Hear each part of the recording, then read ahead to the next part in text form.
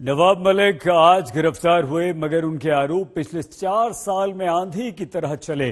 सुशांत सिंह राजपूत का मामला रहा हो बॉलीवुड में ड्रग्स कनेक्शन, नवाब मलिक ने खुलकर बीजेपी और केंद्र सरकार के विरुद्ध खड़े हुए बहुत गंभीर आरोप भी लगाए। लेकिन इस बार नवाब मलिक पर आरोप लगे और बहुत संगीन आरोप लगे कि उन्हें गिरफ्तार तक होना पड़ा।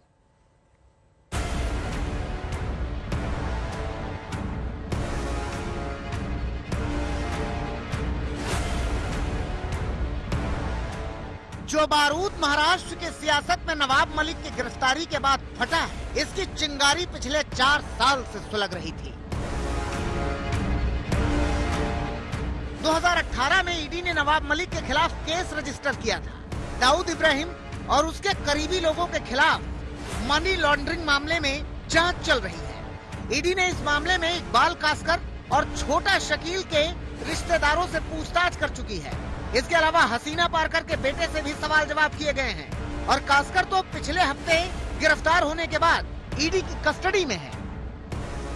दाऊद के भाई इकबाल कासकर से ईडी ने लंबी पूछताछ की। ऐसे में ईडी की ये कार्रवाई संकेत दे रही है कि ईडी को इस एक्शन में नवाब मलिक तक तार मिले हैं। 2018 में इस मामले में ईडी ने पहली बार ECIR रजिस्टर किया था। नवंबर में नवाब मलिक पर विपक्ष नेता के तरफ से आरोप लगाए जाने के बाद ईडी ने इस मामले में 2 लोगों से पूछताछ की।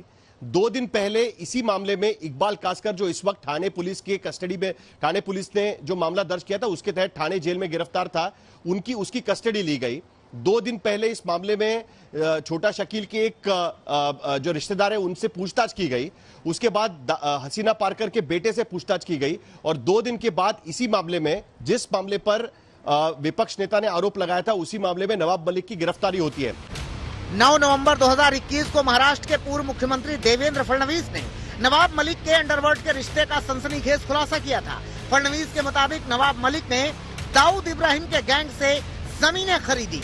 ये जमीन मुंबई के LBS रोड पर मौजूद करोड़ों की जमीन कौड़ियों के दाम में बेची। हालांकि नवाब मलिक ने इन आरोपों से साफ इनकार किया था। नवाब मलिक जी 2003 में जब ये सौदा शुरू हुआ और 5 में समाप्त हुआ, आप मिनिस्टर थे, तो क्या आप जानते नहीं थे सलीम पटेल कौन है? और सबसे बड़ी बात, मुंबई के गुनहगारों से आपने जमीन क्यों खरीदी?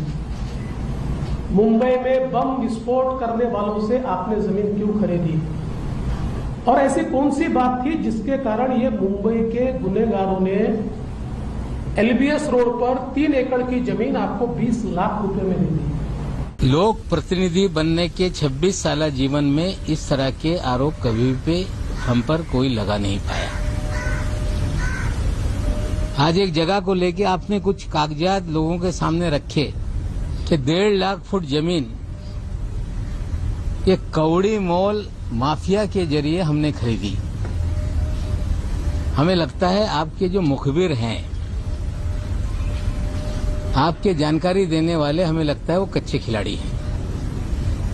आप कहते तो मैं ही सारा कागजात आपको दे देता और भी कागजात आपको उपलब्ध करा देता। इस कहानी में 2 बड़े किरदार हैं, सरदार शाह और मोहम्मद सलीम पटेल। दोनों 1993 बम धमाकों में उम्र कैद की सजा काट रहे हैं, जिन पर टाडा के तहत कार्रवाई हुई। सरदार पर यह आरोप था कि उसने टाइगर मेमन के कहने पर BMC की इमारत और अन्य जगहों पर बम रखने के लिए रेकी की थी।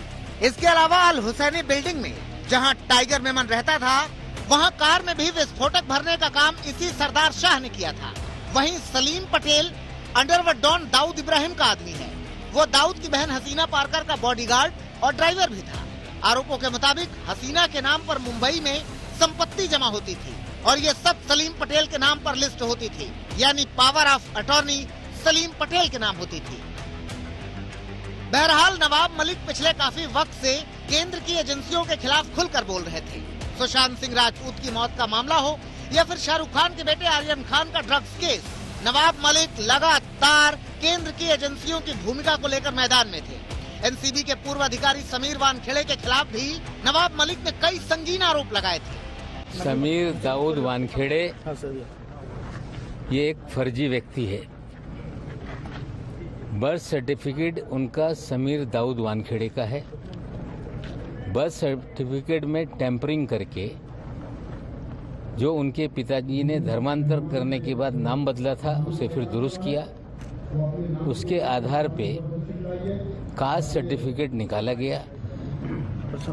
जो दलित कैंडिडेट थे आईआरएस के, उनके अधिकारों को फर्जीवाड़े के जरिए छीना गया है। बहरहाल जंग महाराष्ट्र सरकार और केंद्र सरकार के बीच ठन चुकी है, जहां एक बार फिर एजेंसियों को हथियार के रूप में इस्तेमाल किए जाने का आरोप लगाया जा रहा है। मुंबई से साहिल जोशी, कमलेश सुतार और दिव्येश के साथ आज तक ब्यूरो।